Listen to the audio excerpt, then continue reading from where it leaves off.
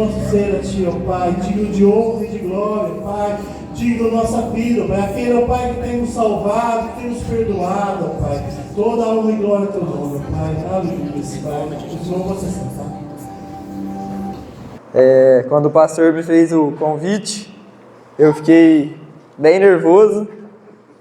Eu falo nos jovens, mas é uma experiência bem diferente e que o Senhor possa estar usando a minha vida e que a palavra do Senhor encontre uma terra fértil. Vamos estar abrindo as nossas Bíblias lá em 1 Samuel. A gente vai ler do 1 até o 17. Amém?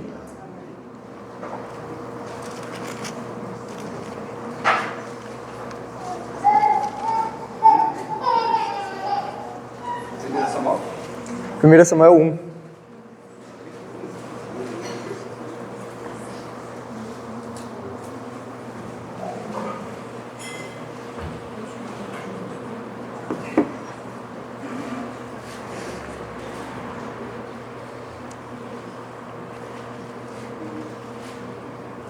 Amém. Houve um homem de Ramataim, de Zofim, da montanha de Efraim, cujo nome era Eucana, filho de Jeroão, filho de Eliú, filho de Tou, filho de Sufi, Efrateu. E este tinha duas mulheres. O nome de uma era Ana, e o nome da outra Penina. E Penina tinha filhos, porém Ana não tinha filhos.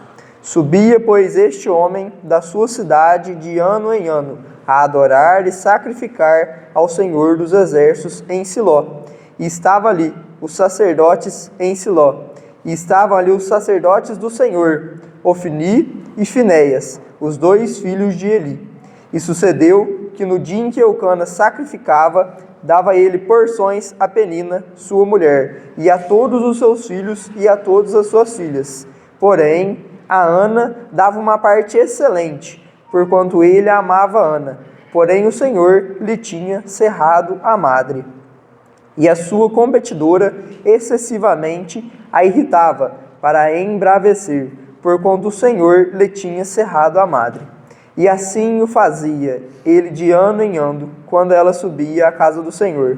Assim a outra a irritava, pelo que chorava e não comia. Então Eucana, seu marido, lhe disse: Ana, por que choras? E por que não comes? E por que está mal o teu coração? Não te sou eu melhor do que 10 filhos? Então Ana se levantou depois que comeram e beberam em Siló, e Eli, o sacerdote, estava assentado numa cadeira, junto a um pilar do templo do Senhor. Ela, pois, com amargura de alma, orou ao Senhor e chorou abundantemente, e votou um voto, dizendo: Senhor dos exércitos, se benignamente atenderes para a aflição da tua serva, e de mim te lembrares, e da tua serva não te esqueceres, mas a tua serva darás um filho varão, e ao Senhor darei por todos os dias da sua vida, e sobre a sua cabeça não passará navalha. E sucedeu que, perseverando ela em orar perante o Senhor, Eli fez atenção à sua boca. Porquanto Ana, no seu coração, falava, só se movimentava os seus beiços, porém não se ouvia a sua voz. Pelo que Eli a teve por embriagada. E disse-lhe: Eli, até quando estarás tu embriagada? Aparta de ti o teu vinho. Porém Ana respondeu e disse: Não, senhor meu, eu sou uma mulher atribulada de espírito, nem vinho nem bebida forte tenho bebido, porém tenho derramado a minha alma perante o Senhor. Não tenhas, pois, a tua serva por filho de Belial, porque da multidão dos meus cuidados e do meu desgosto tem falado até agora. Então respondeu Eli e disse: Vai em paz, e o Deus de Israel te conceda a tua petição que lhe pediste. Amém? Vamos curvar a nossa cabeça. Senhor meu Deus, eu coloco a minha vida diante do Senhor.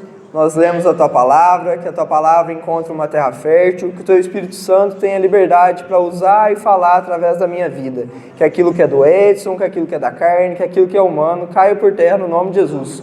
E que nenhuma distração venha atrapalhar nós de receber aquilo que o Senhor quer falar conosco nesta noite. Eu Te louvo e entrego todo este culto ao Senhor. Em nome de Jesus, amém. Ana, como todos sabem, foi mãe do profeta Samuel. E uma mulher, como muitas mulheres que temos aqui na igreja, mulheres de oração, uma mulher que perseverou, que mesmo quando as coisas para ela não iam bem, ela continuava nos caminhos do Senhor. Aqui diz que ela subia para adorar e sacrificar ao Senhor. Quantas e quantas mulheres nós temos aqui, mães, que mesmo com as suas lutas, vêm à casa do Senhor, oram, dobram o seu joelho, colocam a sua casa, colocam seus filhos diante do Senhor. E mais para frente, quando a gente continua lendo o texto, Samuel foi um profeta que ungiu reis. Olha que tamanha responsabilidade começou na oração de Ana. E assim nós temos aqui na igreja muitas mulheres. Ela, a princípio, não podia ter filhos, a sua madre tinha sido cerrada, mas o seu marido a amava de uma maneira diferente. Aqui numa outra tradução que eu li, diz que ele dava porção dobrada para Ana. Para Penina ele dava uma garrafa, para Ana ele dava duas, porque ele gostava muito dela. E ela foi orando, perseverou em oração e conseguiu alcançar aquilo que ela colocou. O seu desejo foi atendido, foi uma coisa que a levou para perto do Senhor. Amém? Às vezes a gente vem, fala tanto aqui na igreja, fala, Deus, eu quero isso, eu quero aquilo. E às vezes não é atendido por uma coisa que a gente vai ver logo aqui à frente, que é uma coisa que pode nos afastar do Senhor. Qual que é o interesse do Senhor em nos dar uma coisa que vai afastar nós dele? Não tem sentido, se vai trazer mal para a nossa vida. Contextualizando o texto para o nosso tempo, eu dividi ele em 4 partes. A primeira parte é indo adorar e sacrificar ao Senhor. Não existe vida de cristão que não vai adorar e sacrificar ao Senhor. Não adianta a gente querer falar que é cristão se a gente não vem à igreja, se a gente não ora, se a gente não lê a Bíblia. Não faz sentido nenhum. Fica só ser cristão da boca para fora. Fica cristão apenas do IBGE, que não faz a diferença no lugar onde ele está. E no meio do nosso caminho, temos pessoas igual Penina, que nos estressam, que nos tiram a paz, que tentam tirar daquilo que é o propósito do Senhor para as nossas vidas. Ficam apenas nos irritando, falando palavras, tentando te desencorajar e diversas outras coisas. Aqui diz que Ana ficava irritada e não comia. Às vezes, na nossa vida, a gente passa por situações que a gente fica muito nervoso e realmente fica sem comer. E aquilo atingiu tanto Ana, que estava tirando a fome dela, ela não conseguia comer, como diz aqui.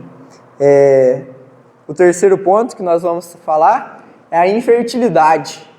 Quantas e quantas vezes nós estamos aqui na igreja, de domingo a domingo, e somos pessoas inférteis, que não conseguiram trazer uma vida ao Senhor, que não dediquem em oração e busca trazer uma pessoa para o Senhor, não tem um filho no Senhor. Estamos aqui inférteis, pessoas que não estão fazendo a diferença, e o Senhor nos chamou para o ID. Mais para frente a gente vai estar falando um pouco mais sobre isso. E a fé no Senhor, que saciará nossas petições para irmos em direção a Ele. A gente percebe que a oração de Ana não abençoou apenas a vida dela. A oração dela não foi uma oração egoísta. Ela orou e pediu um filho. Ia abençoar ela, ia abençoar o marido, ia abençoar a casa. Um filho criado certo, ele é bênção. A gente pode ver aqui na igreja quantos pais cresceram, tiveram filhos, e os filhos continuam dando frutos aqui. A oração dela abençoou tanto que Samuel foi profeta e ungiu Davi. E Davi construiu, vamos dizer assim, um império que foi muito poderoso, foi muito rico. E tudo começou lá, quando Ana dobrou os joelhos em oração. Nessa oração, o que ela teve? Ela teve relacionamento com Deus. E às vezes nós estamos aqui cansados, sem comer. E o que é isso? Que tem tirado a nossa paz, tem tirado a nossa fome, tem tirado o nosso sono. Independente do que seja, o Senhor pode operar um milagre nas nossas vidas segundo a vontade dEle. Não segundo as nossas, mas segundo a dEle, que é boa, perfeita e agradável.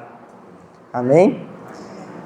E atentando aqui, eu trouxe um versículo que está escrito lá em Tiago 4,3, não precisa abrir não, e diz assim: pedis e não recebeis, porque pedis mal, para o gastardes em vossos deleites. Às vezes, as orações que a gente pede todo dia são apenas para os nossos deleites. Não que seja errado pedir uma coisa para saciar a minha vontade. De modo nenhum, a gente humano, vive aqui nessa terra, a gente tem desejos, tem sonhos, isso faz parte da nossa vida. Mas a gente tem que se atentar a pedir coisas que nos levam para mais perto do Senhor. Amém? E quantos dias a gente passa longe do Senhor e não vem buscar? Quando chega aqui vai só pedir. Pede, pede, pede, despeja um monte de pedido. E não fala nenhum que vai te levar para mais perto do Senhor. Nada que nos leva para mais longe do Senhor é proveitoso. Nada que a gente pedir. Se o teu sonho é ter uma casa, e você pega, constrói aquela casa, fica muito bonito, você fala, nossa, hoje eu não vou não, tá transmitindo, eu vou assistir de casa mesmo. Você acha que é da vontade do Senhor te satisfazer esse desejo que vai te afastar da casa dele, que vai te afastar da comunhão com os irmãos? Às vezes é coisa que a gente está pedindo e não está recebendo por causa disso, que é coisa que vai nos afastar do Senhor. A nossa visão, ela é muito curta. Daqui olhando eu vejo os irmãos e vejo no máximo até no final a parede da outra igreja que está sendo levantada. Mas nem para trás, daqui para cá eu já não enxergo. O Senhor não, Ele enxerga além. Ele é o Senhor, Criador do universo, dos céus e da terra. Ele sabe de tudo. Tudo quando a gente tem pedido, tudo que a gente tem colocado em oração, Ele sabe. Em meio a tudo que tem acontecido em nossas vidas, temos lembrado de relacionar com o Senhor? A primeira parte do texto fala que Ana, mesmo quando não recebia, ela ia à cidade, adorava e sacrificava ao Senhor. Durante os nossos dias, na nossa vida... Deixa eu abrir minha garrafa d'água.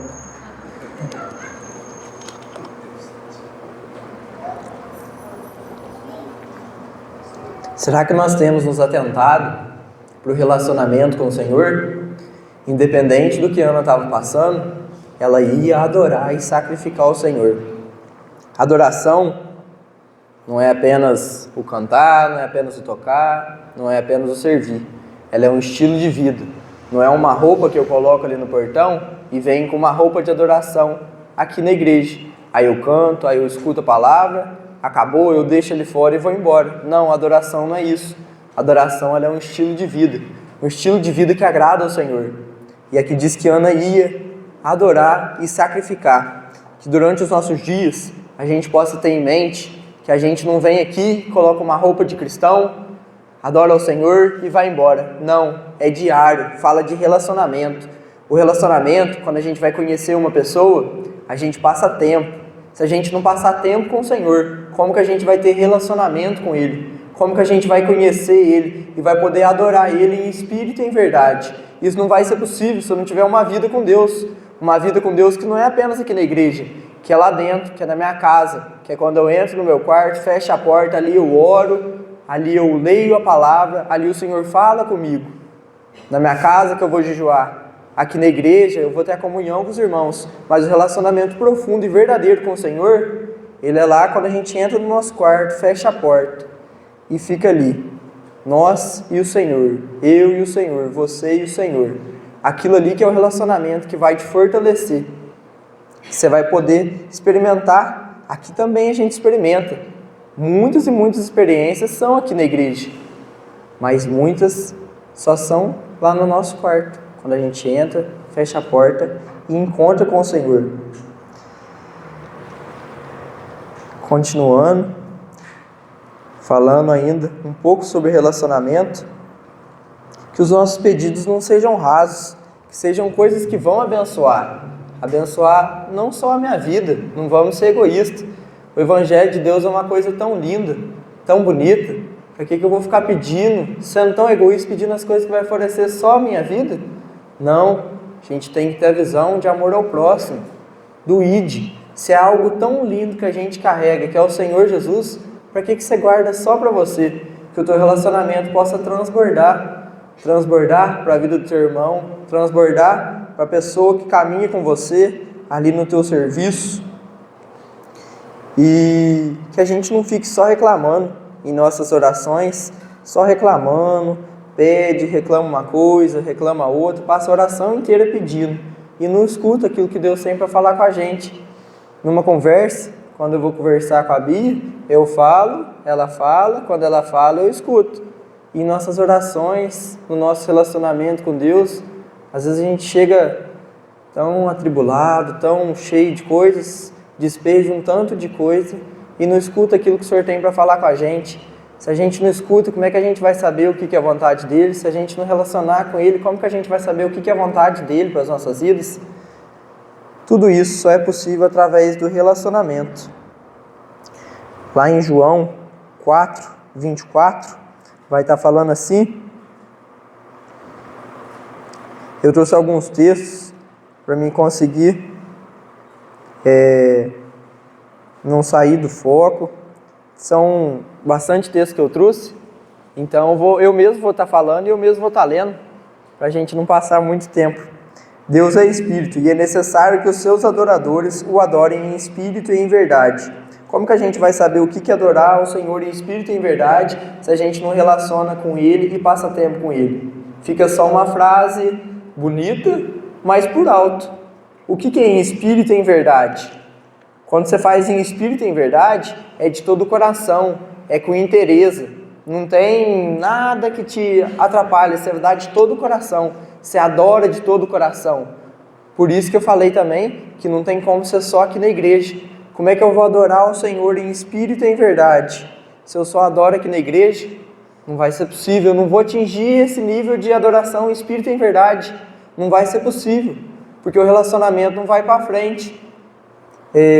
Na Bíblia fala de águas que vinham no calcanhar, águas que vinham nos joelhos, águas que vinham na cintura, até que ele conseguiu mergulhar no oceano do Senhor. Isso é possível com relacionamento com o Senhor. Fala assim na palavra de Deus: quer vocês comam, quer bebam, quer façam qualquer outra coisa, façam tudo para a glória do Senhor.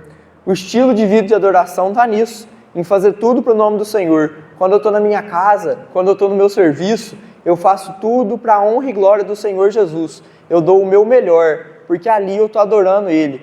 Quando eu arrumo o meu quarto, quando eu entrego 100% no meu serviço, ali eu adoro em espírito e em verdade. Eu vivo um estilo de vida de adorador, porque não é só aqui.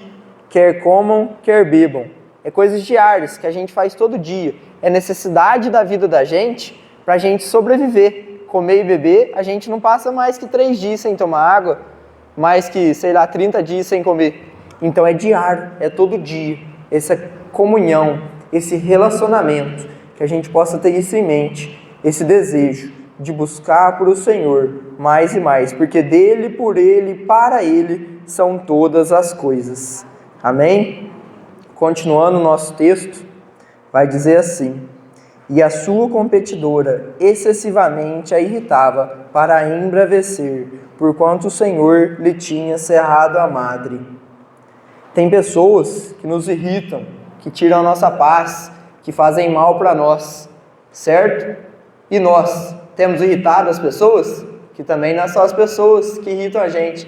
Será que a gente tem vivido um estilo de vida onde a gente está irritando o outro, onde eu sei que ele não gosta daquilo, e eu vou lá e faço, só para gosto meu? E aí isso não é atitude de cristão, não é atitude de alguém que adora o Senhor, que vive uma vida de relacionamento. Será que a gente tem sido penina, que tem irritado o nosso irmão, que tem irritado o nosso colega no serviço, que tem irritado aquele que caminha com a gente, que tem irritado o pai, a mãe, o esposo, a esposa, o namorado, e por aí vai? Que nós não sejamos essas pessoas, de pessoas que irritam, que tiram a paz. Já tem muitos, a gente tem que orar tanto para a gente conseguir suportar isso, e que nós não sejamos esse tipo de pessoa. Isso faz mal, quando a gente fica irritado, é um negócio tão ruim assim, aquilo atrapalha a gente, que a gente não tenha isso, que não sejamos penina, que fique irritando o irmão. Lá em Romanos 14, 19, vai dizer assim: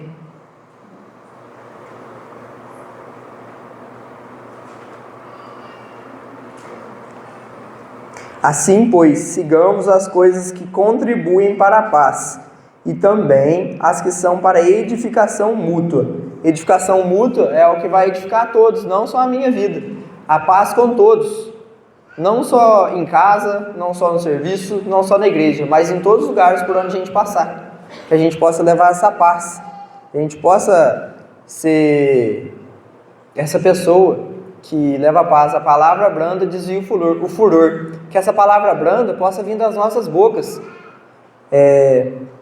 Que isso possa fluir de nós, com naturalidade. Quando a gente tem relacionamento com Deus, a gente consegue ser essa pessoa. Por nós mesmos, não. Por nós mesmos é muito difícil. A gente vai ter vontade de irritar o outro, de fazer aquilo que está na nossa cabeça, que está no nosso coração, mas o coração do homem é enganoso. Que essas palavras de paz, que isso possa vir de dentro de nós.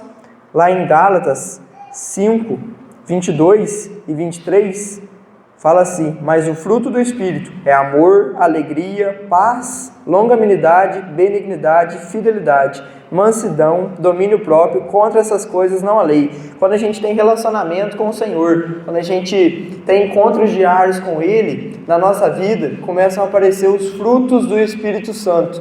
E um desses frutos é a paz. O fruto, uma árvore, ela se enraiza, ela cresce, ela floresce e ela dá fruto. O fruto da árvore não alimenta ela, alimenta uma outra pessoa. Quando eu tenho paz, quando eu tenho amor, quando eu tenho essas diversas coisas que foram citadas, eu alimento meu irmão na fé, eu dou um testemunho de alguém que é cristão, de alguém que é verdadeiro, de alguém que vive a verdade do Evangelho. A gente nunca vai conseguir ser perfeito, mas a gente olha para Cristo que foi e busca a perfeição. A gente nunca vai conseguir atingir, mas a gente tem que buscar melhorar cada dia para sermos pessoas que glorificam o nome do Senhor e não que envergonham. Tem uma famosa frase que diz que nós somos a Bíblia que o mundo lê. Que Bíblia que o teu amigo, que o teu colega de serviço tem lido? De uma pessoa rancorosa, de uma pessoa raivosa, de uma pessoa que xinga, de uma pessoa que maltrata, ou de uma pessoa que tem paz, que vê ali um atrito e consegue desviar? O que as pessoas têm visto em nós? Eu falo por mim, não é todo dia que eu consigo ser super paciencioso. Tem dia que eu perco a paciência, que eu fico bravo, mas a gente vai melhorar, vai relacionando com o Senhor dia a dia e vai pedindo essa paz, esse amor, essa benignidade, para a gente conseguir atingir pessoas e dar um bom testemunho de alguém que serve a Cristo. Nós temos sido férteis, temos gerado os frutos, não apenas esses frutos, mas frutos de vidas. Será que a gente tem nascido, crescido, igual o pastor fala, sendo velado na igreja, passou a vida inteira e não deu nenhum fruto? A figueira que Jesus viu que não deu nenhum fruto, Ele falou para ela secar. Ela secou. E aí, será que Deus tem olhado para a gente, mandado a gente secar porque a gente não tem dado frutos? É importante, porque igual eu falei, a gente não pode ter um ego de querer o Evangelho só para a gente. É tão bonito para mim guardar só para mim? Eu tenho que contar, para que isso contagie, para que as pessoas possam ver esse amor do Senhor, esse amor maravilhoso, que nós somos chamados a fluir no Senhor, a frutificar, cumprir o ID e trazer mais irmãos. A igreja, ela não é apenas aqui no templo, ela não é só dentro dessas quatro paredes. Nós somos chamados a cumprir o ID por todo o mundo. Não só aqui.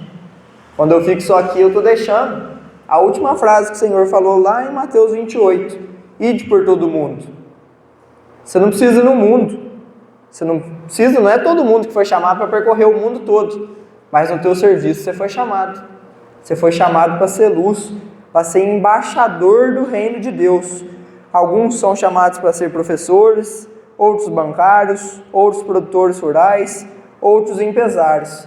E ali nós somos embaixadores do reino de Cristo. Lá em 2 Coríntios 5:20 vai dizer assim: de sorte que somos embaixadores da parte de Cristo, como se Deus exortasse por meio de nós, em nome de Cristo, pois pedimos que vocês se reconciliem com Deus.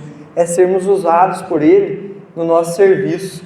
Embaixador é algo grande, é algo bonito, mas na verdade, se a gente for ver, é até simples. É ser alguém que leva a paz, é ser alguém que leva o nome do Senhor para o lugar onde a gente está.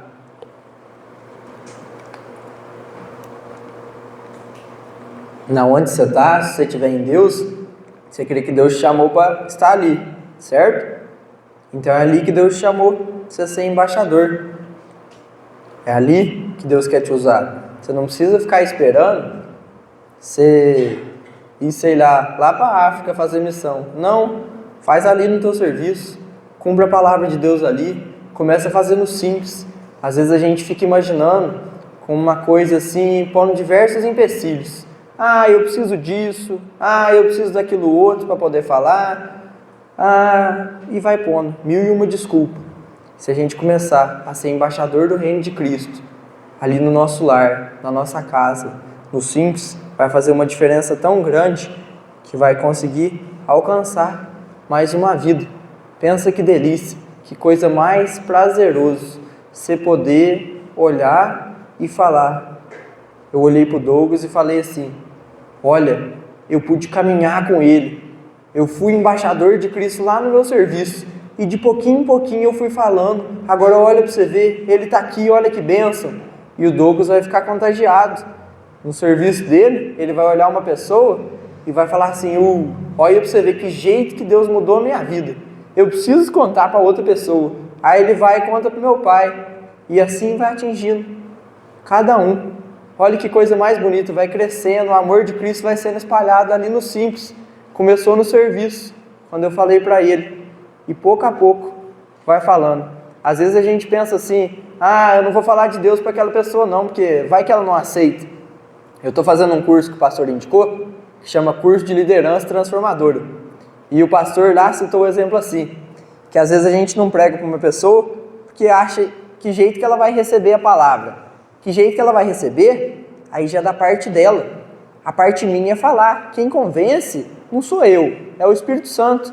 Então quando eu faço a minha parte, quando eu falo, a palavra é plantada. E ali o Espírito Santo pode começar a agir. Como ouvirão, se não a quem pregue?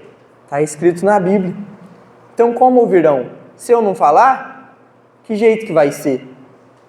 Então que a gente possa ser usado pelo Senhor, ali onde a gente está.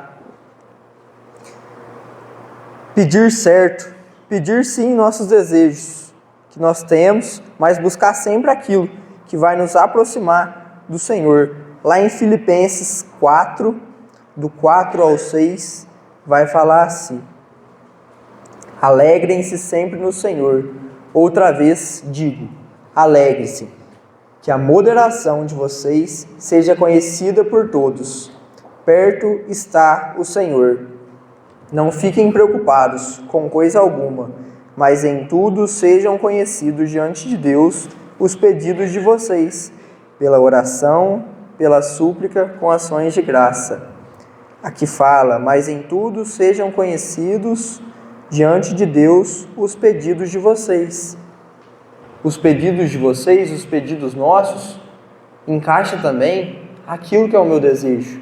Mas não é só isso, encaixa tudo. Encaixa aquilo que é o meu pedido, aquilo que é o meu sonho e também aquilo que é o sonho do Senhor para a minha vida. Porque a vontade que é boa, é perfeita e é agradável não é a minha, é a do Senhor. Que encaixando cada parte desse pequeno quebra-cabeça, o tema que eu escrevi foi fé e perseverança em Deus. Ana teve fé, ela perseverou em oração, e a sua oração atingiu gerações. Começou ali, na oração dela, depois veio o profeta Samuel, depois ele foi ungir no Davi, foi rei. Começou ali, em algo que era o desejo dela, de ter um filho, e atingiu toda uma geração. Cada pecinha foi se encaixando, e forma tudo isso que a gente lê. A história que a gente lê, que é contada, que nos leva para mais perto do Senhor. O ser cristão vai além de fé. Nós temos deveres. A nossa fé não é morta. Os 4 pontos que eu falei finalizam em um último texto, que está lá em Mateus 28, do 16 ao 20.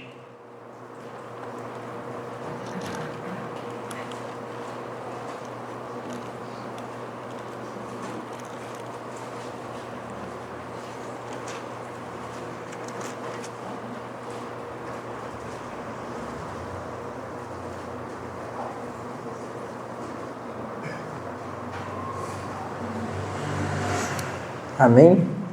E os 11 discípulos partiram para a Galileia, para o monte que Jesus lhes tinha designado. E quando o viram, o adoraram, mas alguns duvidaram. E chegando Jesus, falou-lhes, dizendo: É-me dado todo o poder no céu e na terra. Portanto, ide, e ensinai todas as nações, batizando-as em nome do Pai, do Filho e do Espírito Santo, ensinando-as a guardar todas as coisas que eu vos tenho mandado, e eis que estou convosco todos os dias, até a consumação dos séculos. Amém. O Senhor quer estar conosco todos os dias. Quando a gente persevera em oração, adora o Senhor, manifesta os frutos do Espírito Santo, que é a paz e todos os outros que a gente leu, a gente consegue ver que a palavra vai se encaixando. E ela termina aqui com Jesus subindo, falando ide. A gente frutifica, a gente deixa de ser estéril. Quando a gente cumpre o nosso ide, a gente não está sendo estéril como ela estava sendo. Não era pela vontade dela, mas ela estava estéril. E o Senhor reverteu a situação. Em nossas vidas, agora que talvez a gente pode perceber que a gente não tem dado frutos, que a gente tem sido um cristão estéril, que a gente possa mudar e cumprir o ide do Senhor. A palavra ela é linda. E ela não é só para mim ler e entrar num ouvido e sair pelo outro. É para mim colocar em prática. Não é à toa que aqui está escrito ide. É para a gente realmente realizar. Cumprir esse ide do Senhor. E cumprir, né, essa missão que Ele designou a mim, ao pastor, ao Douglas, ao Diego e a cada um. Que a gente possa ter isso. De ser um cristão que dá frutos, um cristão fértil e que esse amor possa atingir mais e mais vidas e trazê-las para o Senhor. Amém? Amém.